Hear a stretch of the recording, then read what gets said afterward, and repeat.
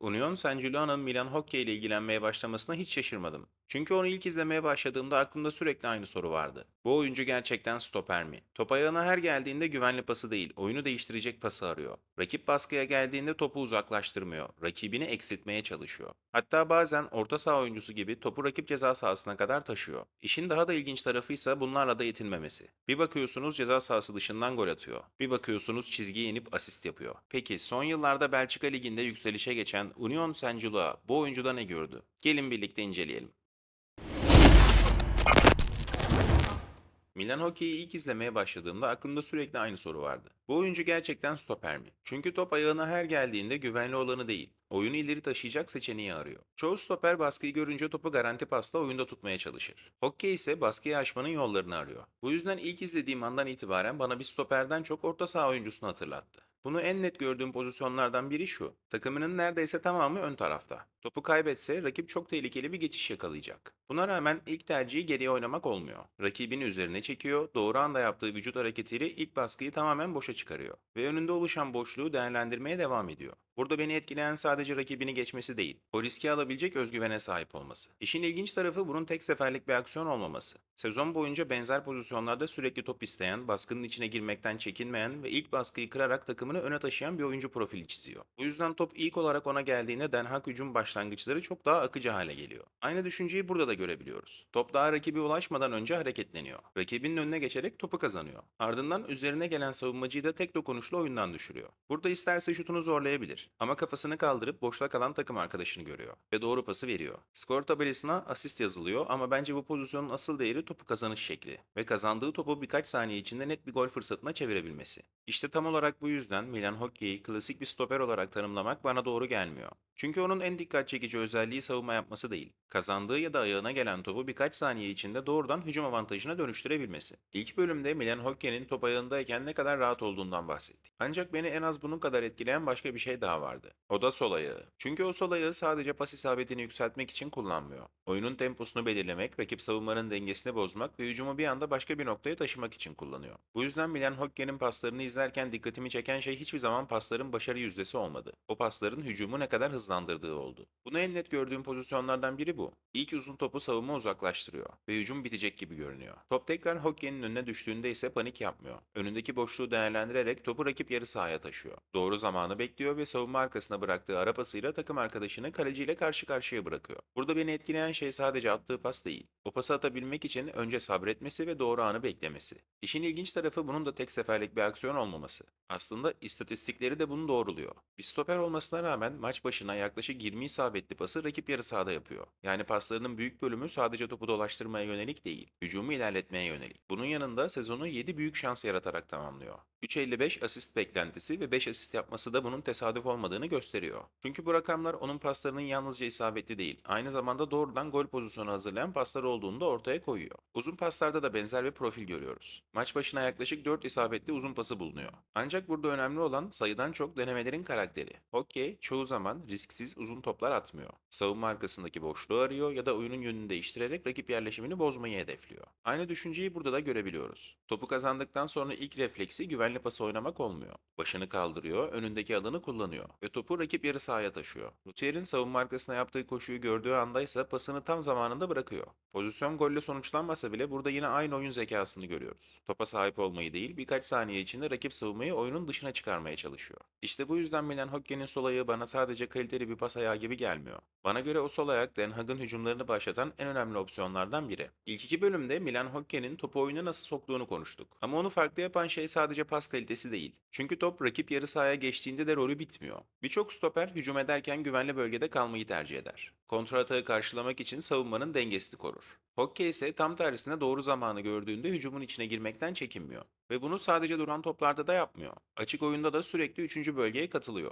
Bunun karşılığını da sezon boyunca aldı. Bir stoper olmasına rağmen ligi bir gol 5 asistle tamamladı. Üstelik maç başına 1.2 şut çekiyor. Bence bu sayılar bile tek başına nasıl bir oyuncudan bahsettiğimizi anlatıyor. Çünkü bunlar sadece kornerlerde ileri çıkan bir stoperin istatistikleri gibi durmuyor. Bunu en iyi gösteren pozisyonlardan biri de şu. Korner organizasyonunda çoğu oyuncu altı pasın içinde yer kapmaya çalışırken Hockey ceza sahası yayında bekliyor. Top önüne düşünce de hiç kontrol etmiyor. Sol ayağıyla gelişine öyle temiz vuruyor ki kalecinin dokunuşu bile topu çıkarmaya yetmiyor. Bu sezon attığı tek gol. Ama bence burada dikkat edilmesi gereken gol sayısından çok vuruş kalitesi. Çünkü bu bir savunmacının rastgele önünde bulduğu topa vurması gibi görünmüyor. Zamanlaması da tekniği de oldukça temiz. Aslında sezon boyunca dikkatimi çeken başka bir konu daha vardı. Hockey hücuma çıktığında çoğu stoper gibi pasını verip geride beklemiyor. Atağın devamını da takip ediyor. İşte şimdi göreceğimiz pozisyon bunun en güzel örneklerinden biri. Rakibin hatalı pasını okuyup topu kazanıyor. İlk dokunuşunda orta sahayı tamamen oyundan çıkaran pası veriyor. Normalde burada birçok stoper görevini tamamlamış olur. Ama Hokke durmuyor.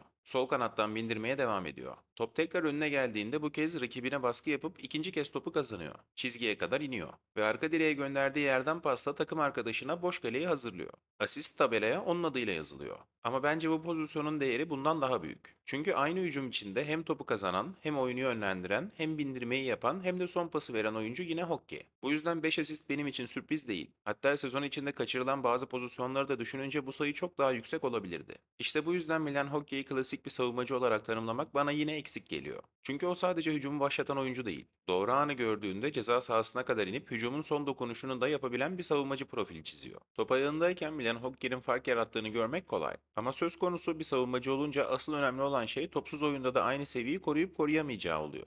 İzlediğim maçların sonunda bu konuda da oldukça olumlu bir izlenim edindim. Çünkü Hokke sadece top kullanan bir stoper değil, top rakipteyken de savunmaya ciddi katkı veren bir oyuncu. Bunu istatistiklerde de görmek mümkün. Örneğin maç başına 5.7 top geri kazanması, onun yalnızca ceza sahasının içinde bekleyen bir stoper olmadığını gösteriyor. Sürekli oyunun içinde kalıyor. İkinci toplara reaksiyon veriyor ve takımının yeniden topa sahip olmasını sağlayan oyunculardan biri oluyor. Üstelik bunu yaparken rakiplerin onu kolay kolay eksiltemediğini de görüyoruz. Sezon boyunca maç başına yalnızca 0.5 kez çalım yemesi birebir savunmada da ne kadar dengeli kaldığını gösteren önemli bir veri. Buna bir de 2.2 tehlike engelleme eklenince yalnızca top kazanan değil, rakibin tehlikeli hücumlarını daha oluşmadan durdurabilen bir savunmacı profili ortaya çıkıyor. İkili mücadele rakamları da benzer bir tablo çiziyor. Maç başına 4.8 ikili mücadele kazanıyor. Bunun 2.8'ini yerde, ikisini ise hava toplarında kazanıyor. Bu da savunmasını tek bir özelliğe dayandırmadığını gösteriyor. Boy avantajını kullanabiliyor ama aynı zamanda yerde de çevik kalabiliyor. Aslında beni en çok etkileyen noktalardan biri de bu oldu. Boyunun uzun olmasına rağmen ilk metrelerde yeterince çabuk olması. Bu onu sadece klasik bir stoper olmaktan da çıkarıyor. Bu sayede sezon içinde zaman zaman görev aldığı sol bekte de savunma açısından ciddi bir problem yaşamıyor. Hatta oyun karakterine baktığımda gerektiğinde 6 numara rolünde bile katkı verebilecek fiziksel ve savunma özelliklerine sahip olduğunu düşünüyorum. Ama beni en çok etkileyen konu bu rakamlar değildi. Hokke'nin ön alan baskısındaki rolü. Birçok stoper savunma çizgisini korumayı tercih ederken Hokke fırsatını gördüğü anda çizgisinden çıkıp rakibin sırtına basabiliyor. Bazen bunu izlerken sanki bir stoperi değil de ön alan baskısına çıkan bir orta sahayı izliyormuş gibi hissediyorum. Zamanlaması doğru olduğunda rakibin dönmesine izin vermeden topu kazanıyor ve takımının hücumunu birkaç saniye içinde yeniden başlatabiliyor. Tabii ki de kusursuz bir savunmacı değil. Özellikle topu her zaman oyunda tutmaya çalışması bazen gereğinden fazla risk almasına neden olabiliyor. Bu pozisyonda da kalecisine bıraktığı pasın şiddeti yetersiz kalınca rakip araya giriyor. Pozisyon faulle sonuçlandığı için gol geçerli sayılmıyor. Ama aynı tercih farklı bir maçta çok daha ağır bir cezaya dönüşebilirdi. Yine de ben bu tarz hataları onun oyun karakterinin doğal bir parçası olarak görüyorum. Çünkü Milan Hokke'nin en büyük artısı risk almaktan korkmaması. O cesaret olmasa biraz önce konuştuğumuz paslar, asistler ve hücum katkıları da büyük ölçüde ortaya çıkmazdı. Milan Hokke'nin nasıl bir oyuncu olduğundan bahsettik. Biraz da kariyerine bakalım. Henüz 22 yaşında, 1.90 boyunda sol ayaklı bir stoper. Den Haag ile 2027 yılına kadar sözleşmesi bulunuyor ve güncel piyasa değeri sadece 400 bin euro seviyesinde. Aslında futbol yolculuğu da oldukça dikkat çekici. Feyenoord altyapısında yetişiyor. 17, 18 ve 21 yaş altı takımlarında forma giydikten sonra geçtiğimiz sezon Den Haag'a kiralanıyor. Sonrasında ise Den Haag bonservisini alıyor. Bu sezon ligde 26 maçı çıktı, 1 gol ve 5 asist üretti. Bir stoper için bu üretkenlik oldukça değerli. Özellikle 5 asist videonun başından beri konuştuğumuz pas kalitesinin yalnızca göze hoş gelen bir özellik olmadığını, skor üretimine de doğrudan katkı sağladığını gösteriyor. Isı haritasına baktığımızda da bunu net şekilde görebiliyoruz. Savunma hattına hapsolmuş bir stoper profili yok. Orta sahaya kadar çıkıyor ve zaman zaman hücum yerleşiminin bir parçası haline geliyor. Aslında bu da biraz neden oyunu kuran oyuncu olarak öne çıkardığımı açıklıyor. Elbette kariyerinde kolay dönemlerde yaşamamış. Geçtiğimiz sezon yaklaşık 6 ay sahalardan uzak kalmasına neden olan ciddi bir diz sakatlığı geçiriyor. Böyle uzun bir aranın ardından geri dönüp yeniden ilk 11'in vazgeçilmezlerinden biri olması bence önemli bir karakter göstergesi. Aynı zamanda şu anda Belçika'nın son şampiyonu Saint-Gillois oyuncuyla ilgileniyor. Hem sol ayaklı olması hem topu ayağına aldığında oyunu değiştirebilme cesareti olması onun değerini gittikçe arttırıyor.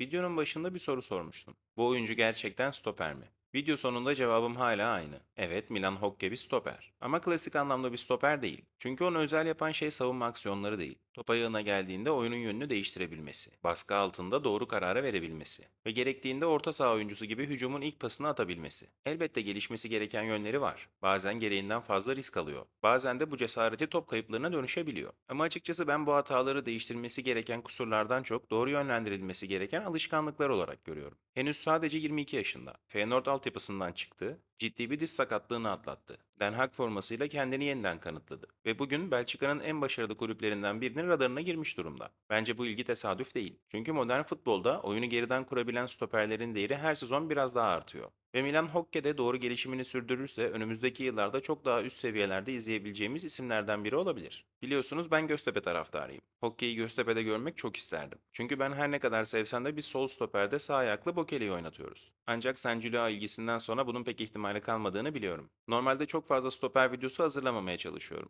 Çünkü izleyiciler genelde daha çok gol aksiyonları, asist aksiyonları izlemeyi seviyor. Ama kanalda videosu olan Smailovic olduğu gibi Hokke de çok özel bulduğum stoperlerden biri. O yüzden bu videoyu hazırlamak istedim. Buraya kadar vaktini ayıran, izleyen, dinleyen herkese çok teşekkür ederim. Bana destek olmak isterseniz kanala abone olabilir, oyuncuyu veya videoyu beğendiyseniz de bir beğeni bırakabilirsiniz. Bir sonraki videoya kadar kendinize çok iyi bakın, hoşça kalın.